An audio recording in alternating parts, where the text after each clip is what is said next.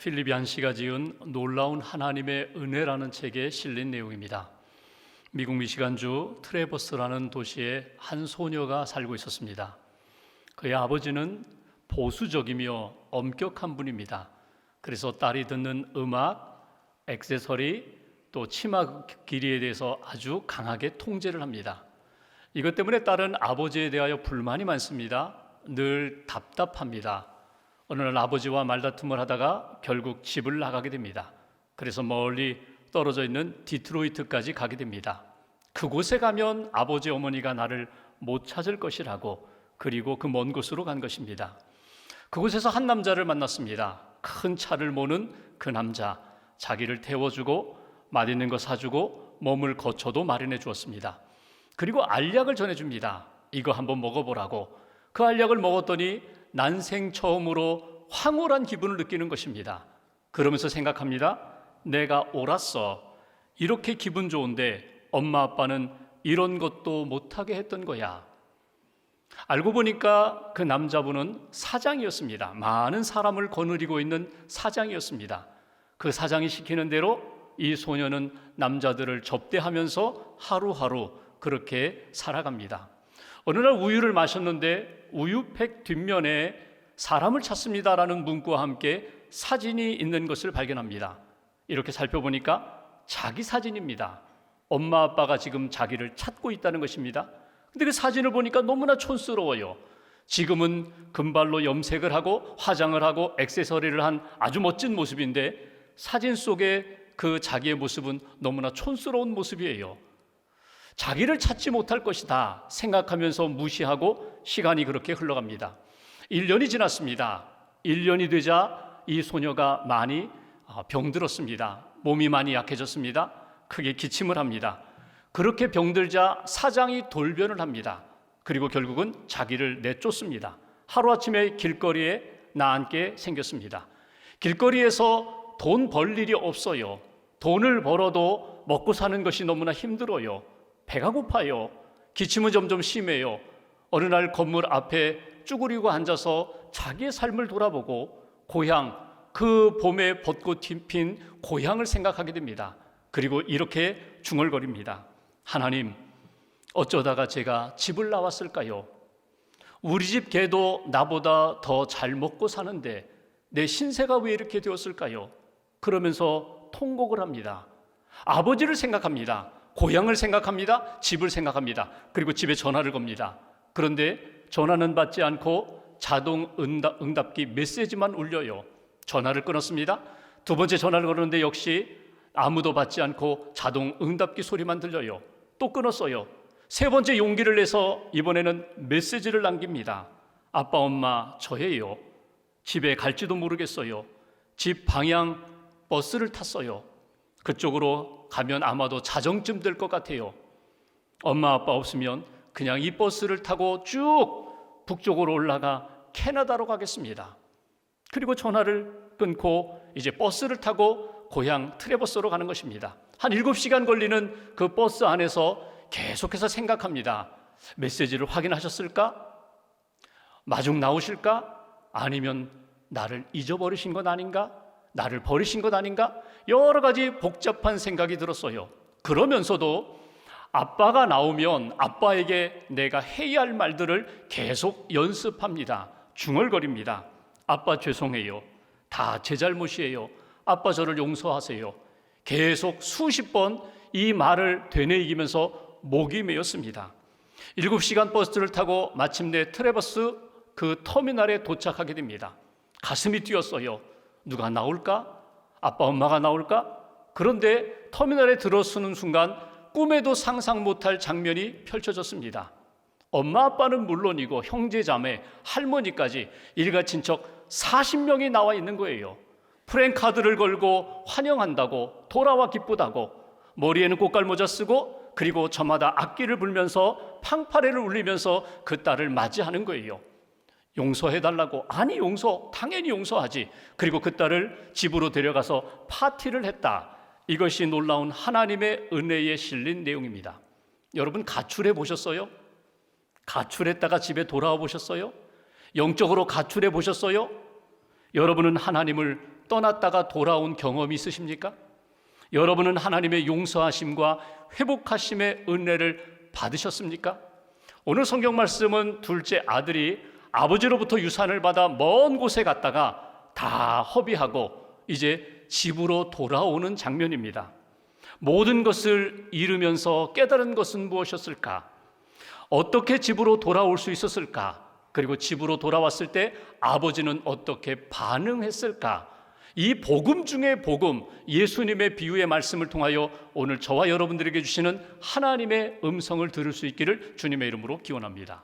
인생이 바닥에 완전히 떨어졌습니다. 그때 비로소 그는 자기 자신을 돌아보게 됩니다. 내가 가지고 있던 재물도 나를 지켜주지 못했고 어떤 사람도 나를 지켜주지 못했고 내 인생은 내 아버지 집에 있는 종들보다도 못한 인생이 되어버렸다. 그때 비로소 아버지를 생각하게 되었다는 것입니다. 인생을 살다 보면은 하나님을 생각할 때가 있어요. 고향에 계신 아버지 어머니를 생각할 때가 있어요. 여러분 언제입니까? 내가 승승장구할 때, 내가 건강할 때, 내가 모든 것을 가지고 있을 때, 그때에는 잘 생각이 나지 않아요. 실패했을 때, 잃어버렸을 때에, 상처받았을 때에, 병들었을 때 비로소 고향의 아버지 어머니를 생각하는 것처럼 영적인 고향 하나님의 집을 생각하고 하나님을 생각하는 인생이 된다는 것입니다. 오늘 이 둘째 아들은 돼지치는 인생이 되었어요. 유대인들이 가장 싫어하는 것이 돼지거든요. 돼지와 함께 어울려 지내며 그들이 먹는, 그 짐승이 먹는 쥐염 열매를 먹고 살아가면서 내 인생이 왜 이렇게 되었을까? 그때 비로소 아버지를 생각하게 되었다는 것입니다. 인생이 깨어졌어요. 인생이 무너졌어요. 모든 것이 파산되고 부서져 버린 그 상황 가운데, 절망한 상황 가운데 아버지를 생각하게 되었다. 여러분, 어려움을 만나서 절망에서 더 깊은 수렁, 절망으로 내려가는 인생이 있는가 하면 절망 가운데 하나님을 생각하고 하늘을 생각하고 나의 그 본향을 생각하는 인생이 된다면 그 절망은 절망에서 절망으로 떨어지는 인생이 아니라 창조적인 절망으로 다시금 전환되는 인생이 되어버리는 것이죠. 우리가 인생 살아가며 어려움을 만났을 때 나를 돌아보게 됩니다. 그리고 내가 진짜 붙들어야 할 것이 무엇인지를 다시 한번 찾게 되는 인생, 오늘 둘째 아들이 그런 인생으로 변화되었다는 것입니다. 여러분, 우리가 신앙생활하면서 아버지 하나님을 생각할 때 오늘 탕자가 그랬죠. 아버지는 돈만 주는 존재가 아니라 생각해 보니까 아버지는 나를 사랑하시는 분, 나의 근원이 되시는 분, 나에게 위로를 주시고 평안을 주시고 나를 지켜주시는 분, 그러니까 돈만 생각하는 아버지가 아니라 아버지의 사랑도 필요하고 위로도 필요하고 은혜도 필요하다는 것을 비로소 깨닫게 되고 아버지를 붙잡는 인생으로 그가 바뀌게 되었다는 것입니다. 오늘 여기 본문에 있는 것처럼 내가 이제 굶어 죽게 생겼구나, 줄여 죽는구나, 아무것도 없는 그 상황 가운데 죽음이 가까이 오는 것을 느끼게 되니까 생명의 길을 찾게 되는 거예요. 생명의 길이 어디에 있어요? 아버지께 있다는 것을 비로소 그 탕자가 깨닫게 되었다. 오늘 말씀을 통하여 내 삶의 현실 가운데 깨어지고 부서지고 무너지고 상처 입은 내 삶 가운데 진짜 내가 붙들어야 할 것이 무엇인가, 생각해야 할 것이 무엇인가, 오늘 다시 한번 말씀을 통하여 깨달음을 얻으시고 아버지 하나님 아버지를 붙잡는, 생각하는 그런 믿음의 인생으로 전환되시기를, 변화되시기를 주님의 이름으로 기원합니다. 두 번째로 18절 말씀 보실까요? 제가 봉독합니다. 내가 일어나 아버지께 가서 이르기를, 아버지, 내가 하늘과 아버지께 죄를 지었사오니, 19절 같이 봉독합니다. 지금부터는 아버지의 아들이라 일컬음을 감당하지 못하게 했나이다. 나를 품꾼의 하나로 보소서 하리라 하고. 아멘. 이건 지금 둘째 아들이 아버지를 생각하면서 독백, 혼잣말로 하는 이야기예요. 내가 집으로 돌아가리라, 집에 돌아가면 아버지를 만날 텐데 아버지를 만나면 내가 이렇게 말하리라. 18절, 아버지, 제가 하늘과 아버지께 죄를 지었습니다. 이제는 아버지 아들이 아닙니다. 아버지 아들 자격이 없습니다. 이제는 집의 품꾼, 종으로라도 나를 받아주시면 감사하겠습니다. 계속해서 독백하는 거예요. 여러분, 이 독백이 고백입니다. 이 고백이 회개의 고백이에요. 오늘 집으로 돌아오는 이 둘째 아들을 통하여 우리가 붙들어야 할 메시지가 있다면 오늘 아버지 하나님 앞에 회개를 시작하는 이 아들의 모습이에요. 아버지께 자신이 무엇을 잘못했는지를 깨닫고 아버지, 제가 하늘과 아버지께 죄를 지었습니다. 이제는 아버지의 아들 될 자격이 없습니다. 나를 그냥 종으로라도 받아주시옵소서. 이 회개의 고백이 이 아들에게 있었던 것처럼 오늘 우리들에게도 그 회개의 고백이 필요하다는 사실입니다. 여기 아들이 지은 죄가 무엇일까요? 그냥 아버지로부터 받은 돈 허랑방탕하게 다 허비한 것, 방탕하게 산 것, 여러분 이것도 잘못이죠. 이것도 죄죠. 근데 거슬러 올라가면 어디서부터 잘못되었습니까? 아버지의 은혜를 생각하지 못했어요. 아버지에게 감사하지 못했어요. 아직도 살아계신 아버지 돌아가신 것처럼 여기며 무시하면서 내게 유산만 달라는 거예요. 그 유산을 가지고 아버지를 떠나 먼 나라로, 아버지와 상관없는 나라로 떠나간 것, 그곳에서 자기 인생을 자기가 만들려고 했던 이 모든 것들이 돌이켜보니까 제가 하늘과 아버지께 죄를 지었습니다. 저의 잘못입니다. 회개하는 모습을 우리는 보게 됩니다. 여러분, 우리가 하나님 앞에 죄를 깨닫는 때가 있어요. 물론 이 둘째 아들처럼 철저히 깨어지고 실패하고 낮아졌을 때에 내가 잘못 살았구나, 잘못된 것 붙잡았구나, 나는 철저히 나는 죄인이구나, 이렇게 깨닫기도 하지만 여러분, 신앙생활하면서 예배를 드리며 기도하며 성경을 읽으면서 성령님의 감동하심 가운데 내 인생의 현주소, 내 신앙의 현주소를 점검할 때가 있어요. 다른 사람들이 볼 때는 멀쩡해요. 문제없어요. 근데 내가 하나님 앞에 서서 나를 돌아볼 때에 하나님 중심으로 살지 않고 나 중심으로 살았습니다. 말씀 따라 살지 않고 내 뜻 따라 살았습니다. 하나님 없이, 하나님 무시하며 살아온 내 모든 인생을 하나님 앞에 고백합니다. 하나님 앞에 회개합니다. 이 회개의 영성을 하나님이 기뻐하신다는 거예요. 성경에 회개를 잘한 믿음의 사람이 있어요. 그 사람이 누군가 하면 다윗 왕입니다. 다윗 왕은 하나님 앞에 사랑을 많이 받았던 사람이거든요. 그 사랑받은 그 조건 가운데 특별히 다윗은 하나님 앞에 회개를 참 잘했어요. 시편을 보시면 그가 자기의 죄를 깨닫고 참회한 참회 시만도 여러 편이 되거든요. 그런데 그가 자신의 삶을 돌아보고 그 백성들의 삶을 돌아보면서 우리 하나님의 백성이, 이스라엘 백성이 하나님 앞에 어리석을 때가 있다, 미련할 때가 있다, 자기가 죄인임에도 불구하고 죄를 깨닫지 못하는 때가 있다, 하나님 없이 살면서도 자기가 죄인인 줄 모르고 사는 때가 있다, 그런 마음으로 쓴 시편이 시편 14편 1절의 말씀입니다. 제가 봉독하겠습니다. 어리석은 자는 그의 마음에 이르기를 하나님이 없다 하는도다. 그들은 부패하고 그 행실이 가증하니 선을 행하는 자가 없도다. 어리석은 사람들에 대한 이야기 같지만 사실 다윗 자신의 이야기거든요. 내가 어리석을 때가 있었다는 거예요. 내가 참 미련할 때가 있었다는 거예요. 영적으로 무감각해지는 때가 있었다. 그때에 내 안에 드러나는 죄가 무엇인가? 오늘 1절 앞부분에 나오는 어리석은 자는 그 마음에 이르기를 하나님이 없다 하는도다. 하나님을 부정하는 거예요. 하나님이 어디 계셔? 여러분, 마음속에, 사람들은 모르지만 내 마음속에 하나님은 없어. 내가 하나님이야. 하나님 없이도 나는 얼마든지 살 수 있어. 내 힘과 능력을 의지하며 살고자 하는 마음이 있을 때 그것이 하나님 앞에 큰 죄가 된다는 거예요. 후반부 1절 후반부에 무엇을 이야기합니까? 그들은 하나님을 부정하는 사람들, 또 하나님이 살아계심을 알고 믿으면서도 하나님을 무시하는 사람들, 그들은 부패하고 행실이 가증하니 선을 행하는 자가 없도다. 결국 하나님을 부정하고 하나님을 무시하면은요, 어떤 현상이 나타나는지 아세요? 내가 우상이 되어버립니다. 내가 하나님이 되어버립니다. 세상을 의지하면서 하나님이 있어야 할 자리에 세상을 가져다 놓고 물질을 가져다 놓고 사람들을 가져다 놓고 살아가는 가증한 삶을 살게 된다는 거예요. 그래서 선을 행하는 것이 없도다. 다윗은 이것을 깨달았다는 거예요. 이 어리석은 사람들아, 자기 자신을 보며 이 어리석은 인생아, 하나님을 부정하면 안 돼. 하나님을 무시하면 안 돼.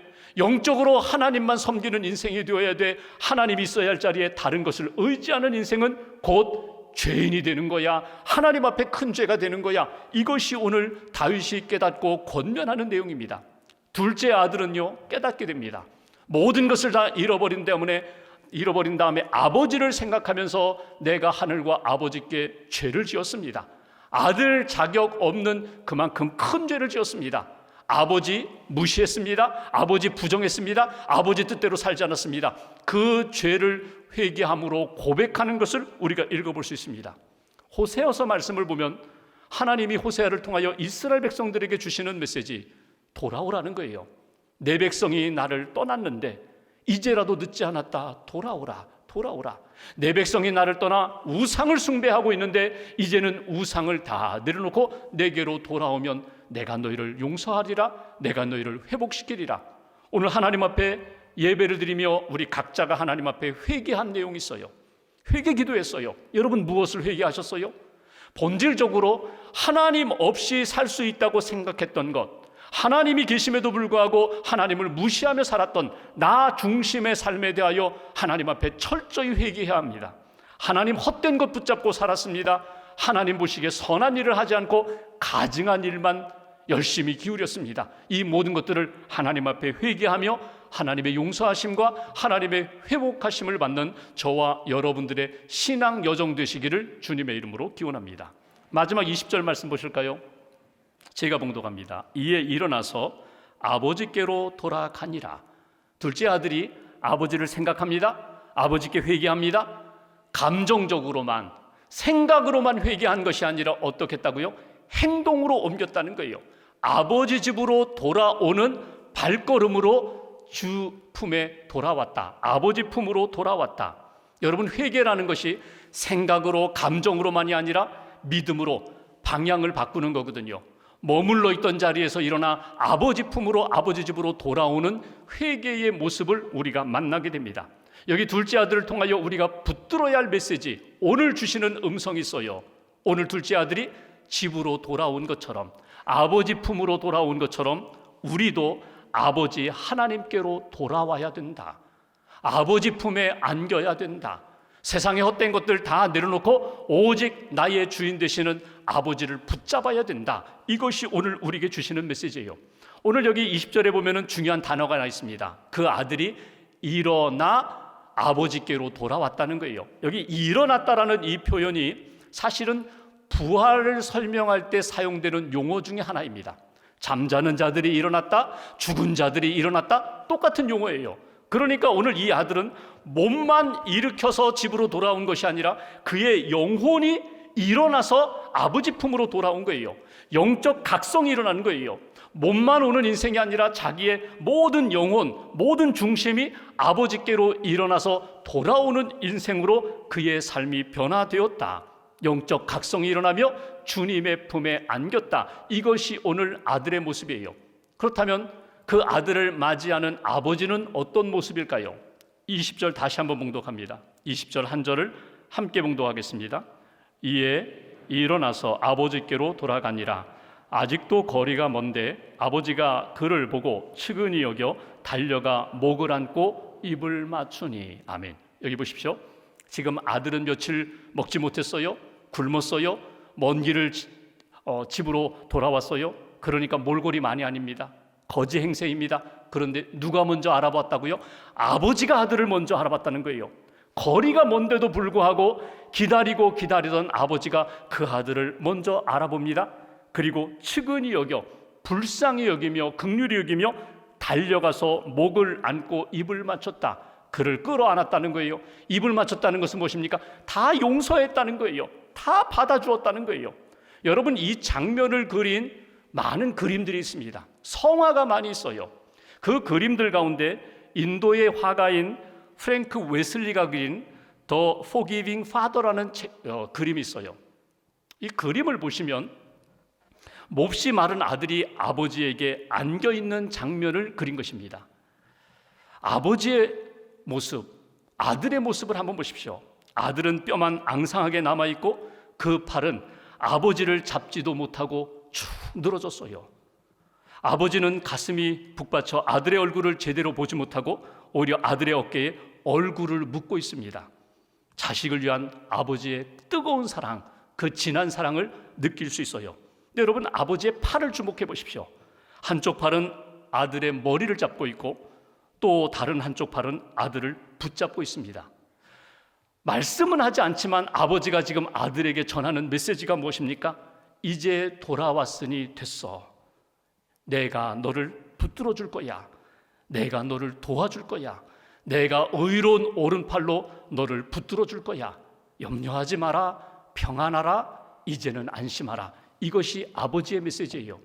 21절에 보면은 아들이 아버지에게 말합니다. 아버지, 저는 하늘과 아버지께 죄를 지었기 때문에 아들 자격이 없습니다.